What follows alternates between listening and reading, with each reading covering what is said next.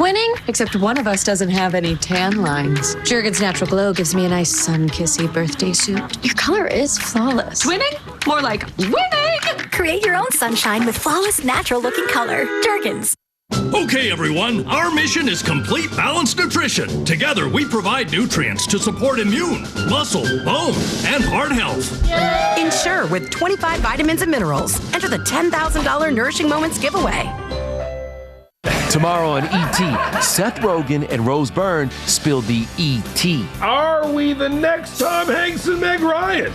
Hilarious reveals from the longtime co-stars and their idea for another knocked up movie. Well, that's a pretty good idea for a sequel. There you go. That's a pitch. Ooh, make sure to check that one out. Now, there's one last thing we want to show you before we go. Take care, everybody. Good night.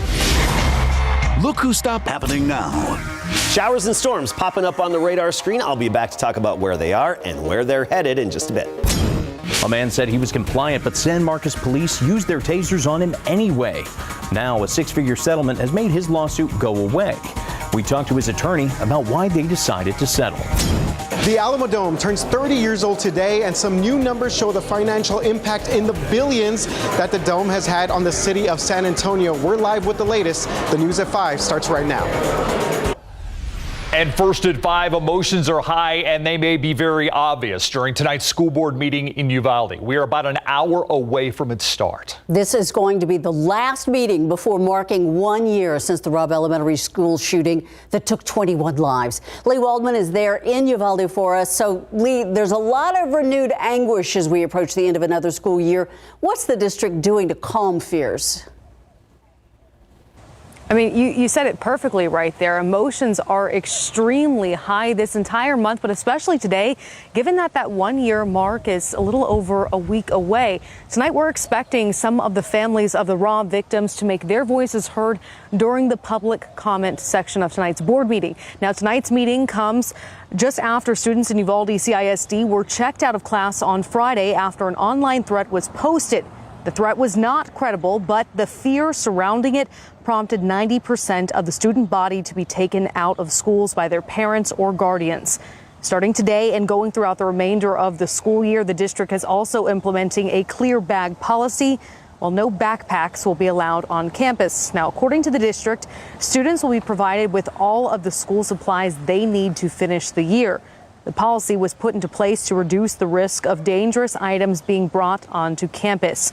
Online, the district wrote, quote, "We have noticed an increase in non-credible social media threats. As an added safety measure, we are implementing a no backpack practice." Now, tonight, the Night Beat will bring you all of the latest from this board meeting that's going to be happening here, like you said, just over an hour from now. Live in Uvalde, Lee Waldman, KSAT 12 News. Thank you, Lee. A civil rights lawsuit that accused San Marcos officers of using stun guns on a man who had his arms up during a 2021 incident is now settled. Albion Leyva received $125,000 in a settlement last month in exchange for dropping his federal lawsuit against the city and the 4 San Marcos police officers who responded to the scene. Garrett Berger with why Leyva accepted that settlement rather than take his case to court. In January 2021, Albion Leyva was a backseat passenger in a car pursued briefly by San Marcos police. As Sergeant Ryan Hartman shouted commands, he used his taser on Leyva. This was a really heinous assault on Al. KSAT also viewed body cam video that showed Hartman giving contradictory commands before shocking Leyva with his taser. Despite the man being compliant and having his hands up, Hartman was later suspended 1 week and sent to retraining. Hartman, another officer that records show used his stun gun on Leyva, and 2 other officers at the scene were named in the lawsuit. Only one is still with the department. Leyva's attorney says the settlement is some measure of justice for her client. We knew in taking this early settlement that we left money on the table, but that's what was best for Al, to move on with his life, focus on his family, focus on his son. As part of the settlement, the city did not admit any liability. A spokeswoman provided an emailed statement that reads in part, quote, "The San Marcos Police Department has adopted policies that emphasize accountability, promote de-escalation, and minimize the risk of conflict or injury to officers and community members. The officer involved in this incident did not act according to policy and training and was disciplined as a result." Weber has another lawsuit against the city of San Marcos over its officers' use of tasers. in this instance against a man who is deaf. She sent that case as at a point of determining whether the officers will be protected under qualified immunity or have to face a jury. Garrett Berger, KSAT 12 News. A man who claimed self-defense in a car wash deadly shooting over the weekend has been arrested for murder. San Antonio police say 20-year-old Edson Rodriguez Luna and 25-year-old Jorge Santos Morales were actually in the car wash off 410 in Nacogdoches Saturday night. Police still haven't released exactly what they think happened, but they say Rodriguez Luna shot Morales while in that car wash. He reportedly came out, flagged someone down at the store, and claimed it was self-defense. Police, though, decided they had enough evidence to charge him with murder. Rodriguez Luna still at the Bexar County Jail. His bail set at $150,000. A motorcyclist refusing to stop, according to the sheriff's office. It ended up costing that driver his life. 27-year-old Andrew Sebastian Contreras was just days away from his birthday when deputies say they caught him speeding on Saturday night. He took off, and eventually deputies ended that chase. They later found him dead at Loop 410 and Highway 151, the result of a crash with a sedan at the intersection. 3 people in that car were taken to the hospital. They are all expected to be okay. A wrong-way driver could face DWI charges after he crashed head-on into a big rig overnight. San Antonio police say about 2:30 this morning, the man slammed right into the 18-wheeler on I-35 and Fisher Road. No one hurt. The highway shut down, though, while crews cleared the scene. The driver detained for suspicion of DWI. Another chase and a stolen car got 4 people nowhere but jailed. Take a look at what's left of that stolen vehicle. A man and 3 juveniles allegedly carjacking this vehicle from a woman at around 2 in the morning. Then they led officers on a chase.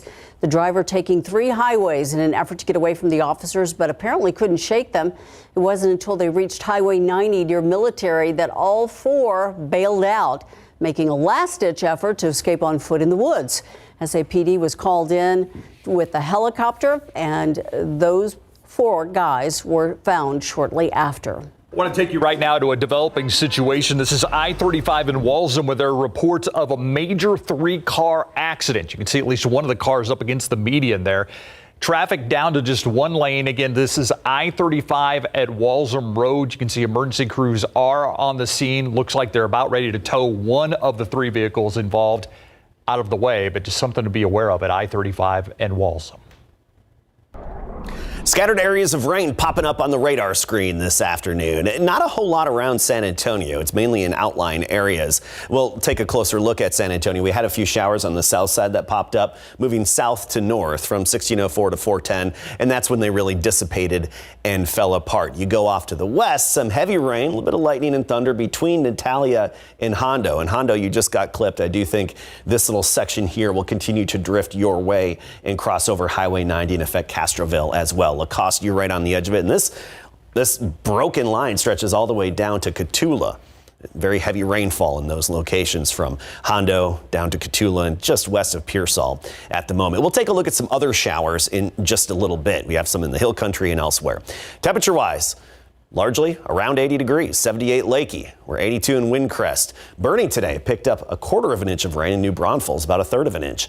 A few stray showers this evening, then just mostly cloudy. And I do think these thunderstorms will be coming to an end after sunset. A few more chances for rain and some increasing temperatures to talk about, along with much more in just a bit. Thank you, Adam. Let's turn to the southern border right now. Days after Title 42 expired, and already officials say they've seen a drop in the number of migrants crossing. As ABC's Rita Roy explains, President Biden is claiming it's his new policies that are working, and it appears they are, at least for the moment. Department of Homeland Security officials touting new and tougher asylum policies, stressing a huge drop in migrants at the southern border. Over the last 3 days, we have seen approximately a 50% decrease in encounters compared to the days leading up to the end of Title 42. The pandemic-era public health policy meant to deter crossings expired last week, officials bracing for a surge in migrants. But they say Border Patrol agents detained around 4,200 migrants, a drop of 2,000 from the day before. They have gone down. My hope is they'll continue to go down, but we have a lot more work to do. Under the Biden administration's new restrictions, migrants must first be denied protection in a country they pass through on their way to the U.S. border or apply through an online app in order to make a successful asylum claim. But migrants say appointments have been hard to come by and many don't have access to good cell service. Breaking those rules can lead to deportation and a 5-year ban on entering the country. What we are seeing is people really making a use of lawful pathways in a big way. ABC's Will Carr is at the border where more migrants are attempting to make their way into the country. There are more than 1,500 people at this campsite in Matamoros, some staying in tents, others in makeshift tents that are made up of tarps and branches, all hoping to make it into the United States. An increase in apprehensions is still possible in the days and weeks ahead, with some confusion about the administration's new policies. Across the regions, tens of thousands are still on the move, fleeing violence, political repression, and despair in their home countries. Rena Roy, ABC News, New York. A new cluster of Mpox cases in Chicago, now on the radar of the Centers for Disease Control. That's the disease. At least 12 cases were confirmed between mid-April and early May. Each of those cases were men showing symptoms. The CDC says 9 of them had been vaccinated for Mpox. While the vaccine does not prevent breakthrough infections, we're told it does reduce the severity of the infection. Now to your money, the clock ticking for the U.S. to figure out a debt ceiling plan. The deadline June 1st. If Congress fails to reach an agreement, the U.S. could go into a recession. As the window for a deal narrows, millions of Americans being put at risk, some say. Defaulting on our debt isn't only about financial markets. It's about paying our Social Security recipients. It's about paying our troops. It's about paying the men and women who are working the border today. Right now, Americans are already dealing with record household debt for the Federal Reserve reporting as much as $17 trillion worth. With the word of recession being tossed around, Bankrate's chief financial analysis says there are 2 ways to protect yourself. Pay down high-cost debt, boost your emergency savings fund. If you planned to protest your property taxes today, the last day to file a notice of appeal. You can do it online at bcad.org, or you can drop it off in person at the Bear Appraisal District office on North Frio. Now, it closed at 5 o'clock today, so you will have to leave it in a drop box. Once you file an appeal, though, you're going to need to schedule a meeting with the staff, and you can do that online as well. That meeting is where you'll need to have all your evidence handy, like a sales data or paid appraisal. Most protests end with a settlement or a chance to schedule a hearing. We have more information. It's on KSAT.com. It's a place that hasn't been without controversy. The Dome, though, has also been home to music, sports, plenty of fun. Well, this year it's turning 30. RJ Marquez joins us live with a big announcement for what more it'll bring after the break.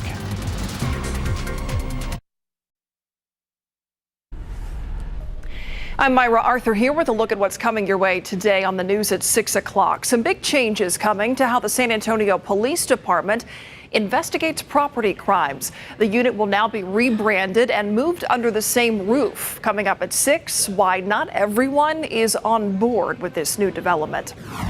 And research shows traumatic brain injuries are contributing to mental health issues, including suicide in veterans. At 6, an Army vet explains this even pertains to minor blows to the head, and there are steps to take for care. Plus, if it wasn't for Narcan, me and others would be dead right now. I wouldn't be sitting here talking to you. this man's life was saved twice by Narcan. You have heard us report so many times on the medication, how it can reverse an opioid overdose. But this time we explain how exactly Narcan works, what it does to the body. It is a lifesaver, but hardly a return to normal. It's in a new KSAT Explains today on the news at 6. Thank you, Myra. 30 years ago today, the Alamo Dome opened its doors on the city's east side. The Dome ushered in a new era of large events for the city, from Final Fours to major college football games to music concerts and conventions. RJ Marquez there live, where the celebration of 3 Dome decades was underway today. Yeah, that's right, Stephen, Ursula. And I think Mayor Ron Nirenberg, he spoke a little bit earlier. He said it best when he said that the Alamo Dome has been a place where countless memories have been made, going from big games, big events, big concerts, as you guys all mentioned. Of course, the Spurs won their first championship while they were still in this building. And of course, they've had high school graduations here, all sorts of things that are just memories for thousands and thousands of San Antonio residents here. So today was really a celebration of the Dome's past and the future ahead. Numerous city officials were here today at the Alamo Dome today to mark 30 years of the building's existence. We heard from the mayor, general manager Steve Zito, and former city officials who were here from day one when the building opened. Alamo Dome officials recently conducted a study with St. Mary's University that showed the facility has generated almost $4 billion in economic impact for the city since it opened back in 1993 and had 33 million visitors walk through the doors for various events. So it was built all the way back then for $186 million after it was approved by San Antonio voters and paid off within half a year. And the Dome isn't done by any means. It's had a renaissance in the past year. We're reaching people that haven't been reached in a long time. Our ticket sales are off the charts, and shows are realizing that San Antonio is really a viable, strong market for these major events. All right, and that was Steve Zito right there. So he just talked about it there. We had the Bad Bunny concert, the Elton John concert, which had massive crowds. Of course, the Spurs had their 50th anniversary celebration here. That broke the NBA record. Fun fact, the first event here was the Paul McCartney concert back in 1993, and many more things ahead. Reporting live from the Alamo Dome, RJ Marquez, KSAT 12 News. Thank you, RJ. I did not realize Paul McCartney opened the Alamo Dome. With wings? I think it was just Paul McCartney back then. Oh. Yeah, pretty sure. You're right. Yeah. He probably sang some Wings songs, but yeah. Beautiful day out there if you like rain, because it's been raining here and there and everywhere. Yeah, we've actually see some heavy rain in some parts of our area, especially off to the west right now. And that's this scattered activity that's going to be ending later on tonight. Once we lose our daytime heating, we're going to lose most, if not all, of those showers that are out there. Then another round of more isolated showers and storms developing tomorrow afternoon, not as widespread, and then turning sunny and warmer later on this week. We'll get into those details here in just a moment. Let's get to the radar, though. That's what's important at this time with the showers that we have. And we're starting off here east of San Antonio. You see Seguin, Gonzales getting clipped by a few little showers that are pushing northward across I-10. Nothing around San Antonio other than a few sprinkles on the south side. You get up into the hill country and west of town. There you have it. Moving through northern Kerr County into western Gillespie County and throughout Bandera County. Near City of Medina down toward Tarpley.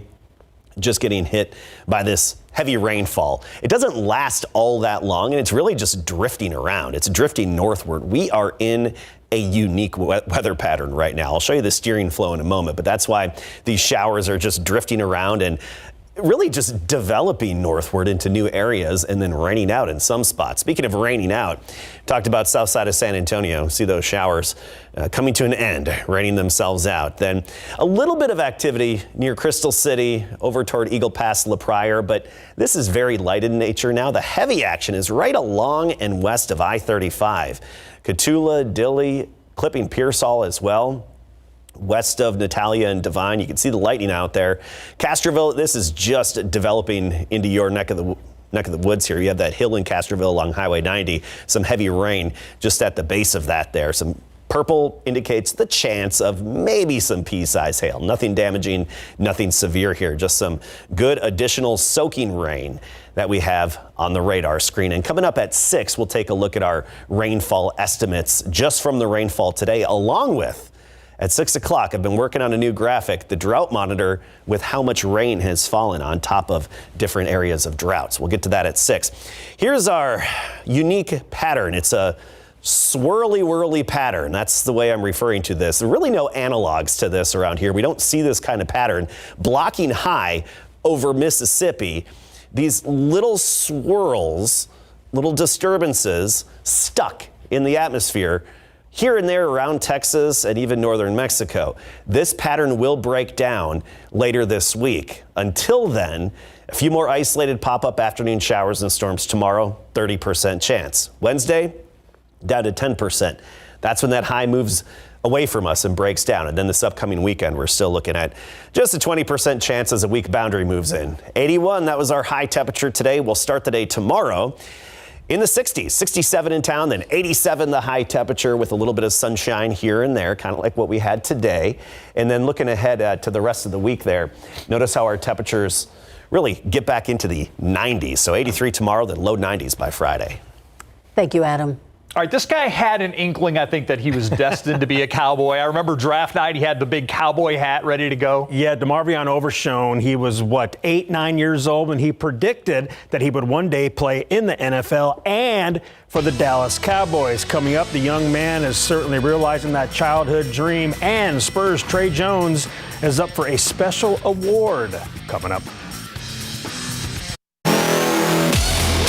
San Antonio Spurs guard Trey Jones is one of 5 finalists for the 2022-23 Kareem Abdul-Jabbar Social Justice Champion Award. The 5 finalists represent the year's most impactful social justice advocates who are continuing NBA players' long tradition of activism. The annual award recognizes a current NBA player for pursuing social justice and advancing Kareem's life mission to engage, empower, and drive equality for individuals and groups who have been historically marginalized or systematically disadvantaged. During his time with the Spurs, Trey has fostered a special connection with the San Antonio community by advancing physical and mental well-being as a function of health equity. So Trey's a finalist along with Steph Curry, Jaren Jackson Jr., Chris Paul, and Grant Williams. The winner of the Kareem Abdul-Jabbar Social Justice Champion Award will be announced during the upcoming NBA Conference Finals and will receive a $100,000 donation from the NBA for a social justice organization of his choosing.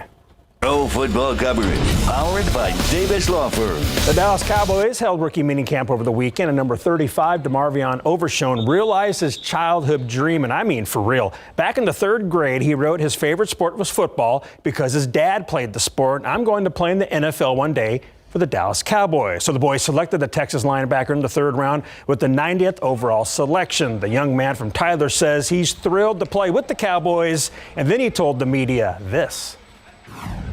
And the funny thing is I wasn't even a huge Cowboy fan growing up, but I knew if I was going to play one place and I had the choice, it was going to be the Cowboys. And, it's the hometown team. So, like I say, it's a blessing getting that call. I'll never forget that moment. The tears instantly just start pouring down. And, the love and the joy that I heard from my family when they saw my name come across the screen as a Dallas Cowboy, I'll never forget it.